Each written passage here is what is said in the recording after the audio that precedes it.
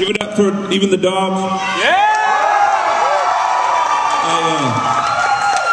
I woke up this morning at like 6 a.m. and I looked at my cell phone and I said a missed call, 800 number. So I was like, oh, that's the airline. I know it is. And I called it, or I checked the message and it said, your flight has been canceled. And I'm like, oh, man. So I was like, okay. And so it said it would get me here at 7 p.m. So I missed a lot, but whatever. But these guys are calling me like the VIP person here, but I'm not the VIP person. You guys are. You guys are. Especially you. Look at that hairdo. I like your hair. I like your hair. Yeah! Yeah!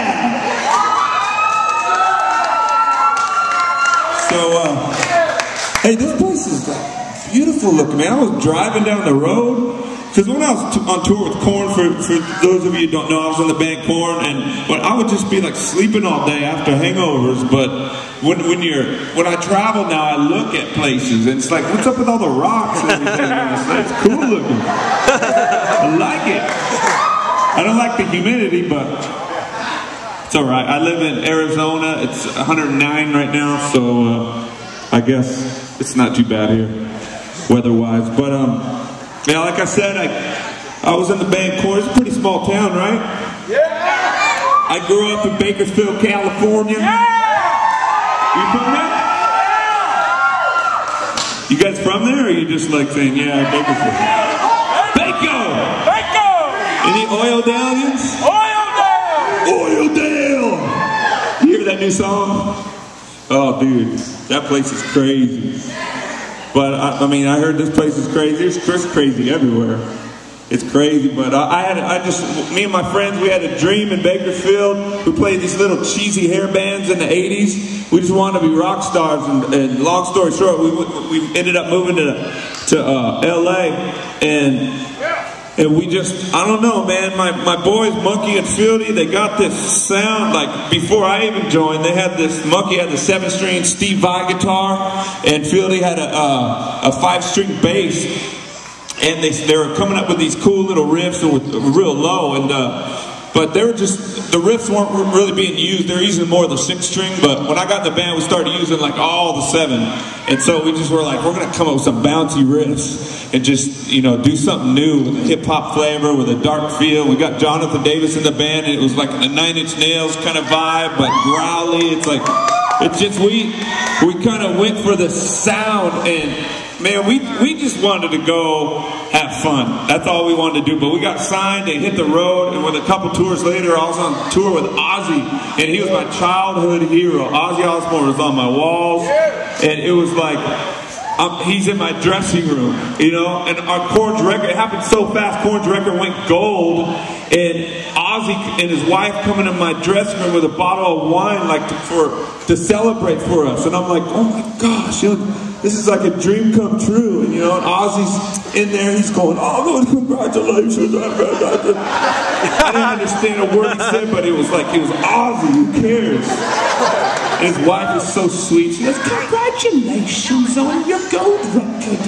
But I was just surreal, man, and then our next record came out, hit number 3 on Billboard, and we were just riding this wave, getting drunk with our friends, playing, having parties every night, you know, it's kind of harmless or whatever. But the 3rd record came out, Follow the Leader, it just, everything went further, like to the, I never knew about no top, but we got to the top. I mean, we would go to MTV and there'd be like thousands of people just like waiting for us, and we're like, man, I was driving a little beat up Toyota Celica 3 years ago, and you people want to see me? It's like, what's going on here? It happened so fast. And you know, when you get that big, everything is yours. You get handed everything. You know, checks start coming in. The checks started out 40,000, you know, here, 40,000 here. Then it started coming in like by the hundreds of thousands. And like, you get merchandise deals. Like, we're gonna sell your merch for you. Here's $4 million check. You guys split it up. We're like, woo! House, car. And it was like, but when you get that big, you start attracting the bad stuff, like the drug dealers start showing up, you know, the people that just want to use you, and it's like, it's like, you be careful what you wish for. That's what I was learning. I was like, okay, I got everything I dreamed about. Now I'm on tour. All these people want to see me, but all these people are bringing drugs. They want to hang out. They want us to party till 7 a.m. And it started to really like affect my life, because it was like I was trying to enjoy it, but at the same time I got married around the third record, and I had a kid, I had a little daughter, and I was like gone all the time. So it was like bittersweet. It's like my dream's coming true, but I don't have a family. You know, I want to be happy and healthy, but here I am with a drug dealer snorting coke all night. You know, I've got a hangover every day, and things got out of control. And my wife didn't have to work, obviously, because we had so much money. But what she wanted really was she wanted the money. We wanted the money, but she wanted a husband at home, you know. And it started affecting her, and she started messing around with speed when I was gone. And you know, when I would come home, we'd get in fights about it, but I'd end up drinking, and I'd start doing the speed, and we would just go into this weird downward spiral, and it was just started just really ripping us apart. She got really violent because she grew up in a violent neighborhood, or a violent family, neighborhood, everything, over by Lake Tahoe, Reno.